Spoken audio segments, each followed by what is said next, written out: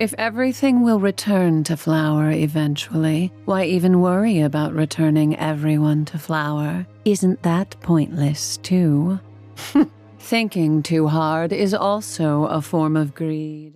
Today we're attempting to answer that specific question. We will be looking at central concepts within Buddhism and analyzing Mystic Flower Cookie's philosophy structurally to understand who she really is, the cookie of compassion. To achieve enlightenment, all you have to do is let go of the thin thread that pulls everything together. Disclaimer: this video engages terms and concepts from Buddhism and will try to explain them to the best of my knowledge and understanding. I cannot guarantee absolute accuracy of all the terms used.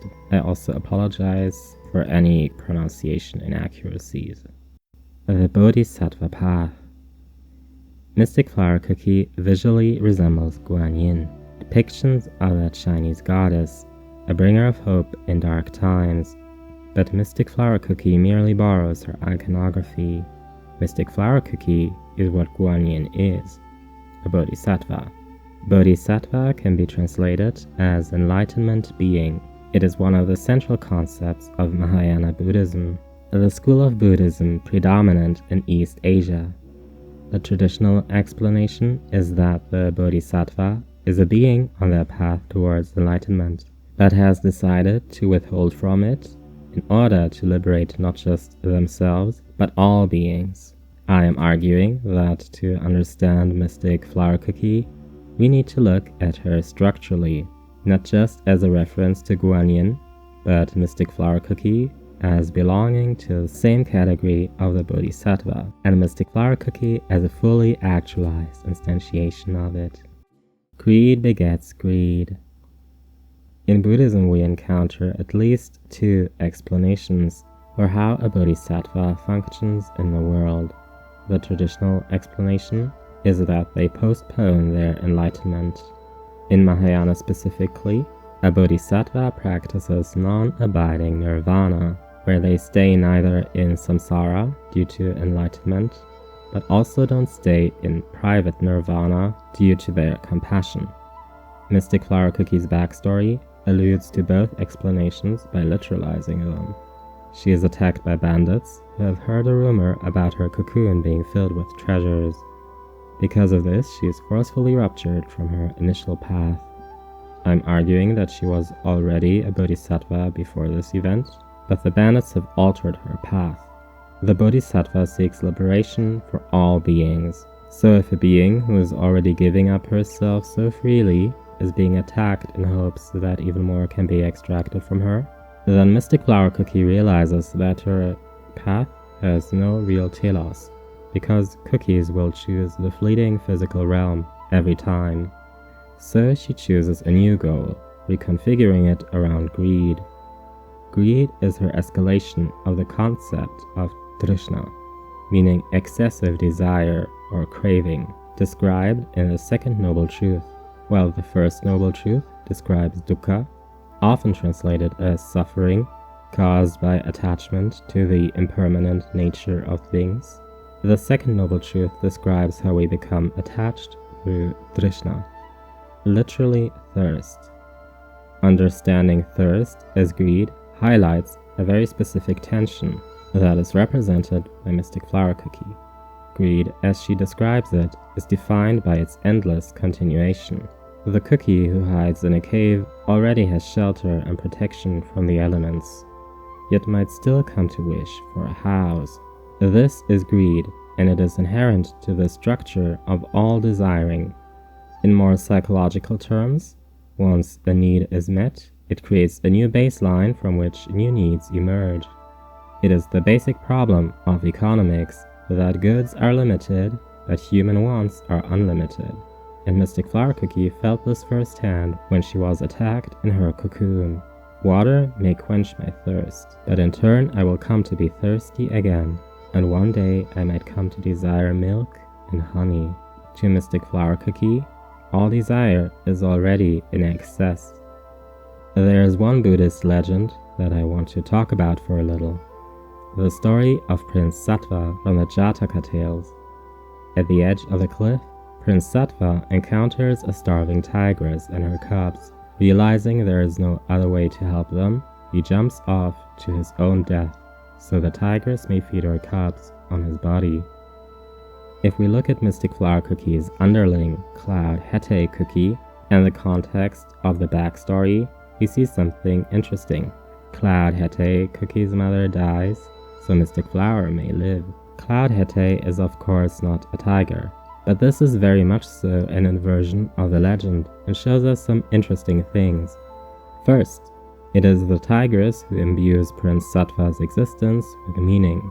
Prince Sattva can only sacrifice himself under the condition that there is a tigress who can feed on him.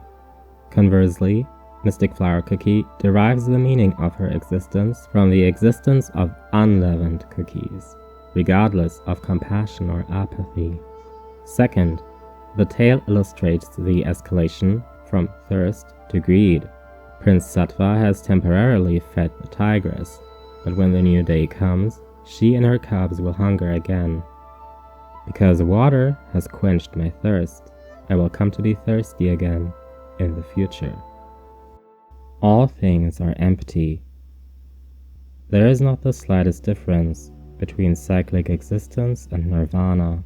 There is not the slightest difference between nirvana and cyclic existence. All that is dependent, and all that is dependent is without essence, therefore empty. One of Mahayana Buddhism's central ideas is that of shunyata, this emptiness of everything. Particularly for Mahayana Buddhism, though, does it become relevant in the so-called middle way. If everything is empty, then so are samsara and nirvana. This is the core of Mystic Flower Cookie's truth. The emptiness of everything is meant to fill us with compassion. Mystic Flower Cookie teaches us that, at least structurally, this is not the only possible conclusion, but instead a choice only she has had the courage or audacity to name. Mystic Flower Cookie realizes that the essence or contents of all that is may be empty. The form, however, endures, and a form without content is hollow. Sadness might be empty, but it endures in the shape of hollow tears. Compassion is the thin thread that imbues the Bodhisattva path with meaning. If we sever that thread, then we may as well give rise to apathy. Arguably, the Bodhisattva path finds its maximal expression not in compassion, but in its eversion through complete indifference. Compassion thus becomes the negative condition of her apathy, and while she is now called the cookie of apathy, she only became the cookie of compassion because of it. Before I come to my final conclusion, I want to quickly summarize the points I have discussed so far. First, Mystic Flower Cookie is a Bodhisattva. She has taken the universal vow to break all beings from the endless cycle of samsara by leading them to enlightenment or leavening. Second, all desire is greed. All desire structurally begets more desire. Where one desire is met, the grounds for more desire are created. Third, everything is hollow. The insight that everything is empty is meant to give way to compassion. Mystic Flower Cookie, however, reveals that compassion too is but a hollow form. This leads me to one addition I need to make, because I realize the gravity of the things I have spoken about so calmly. Her apathy is not failure, but instead a structurally possible, but functionally catastrophic reconfiguration of Buddhist soteriology, fueled by the loss of telos she had to endure. And while it is possible, it also forgoes what imbues Buddhism with meaning. The cookie of compassion. If only apathy remains, why does she still seem to care? If this is ultimately the only insight I can grant you, she is a Bodhisattva, and even if the content of her conviction shifts from compassion to apathy, she remains on her path. In the video, Mystic Flower Cookie reads your tweets. The answer is hand-waved away as thinking too hard. But now we can formulate a clearer answer to this. Her path is a trajectory that she must remain on until she has achieved her goal of enlightenment for all. Her apathy is thus a negative compassion. Even as a beast, she remains a cookie empowered by the volition of spreading her message. Whether apathy or compassion are equally hollow, whichever the case, Mystic Flower Cookie will remain on her path until she has achieved her goal. Whether this is what she is called or not, she is a cookie of volition.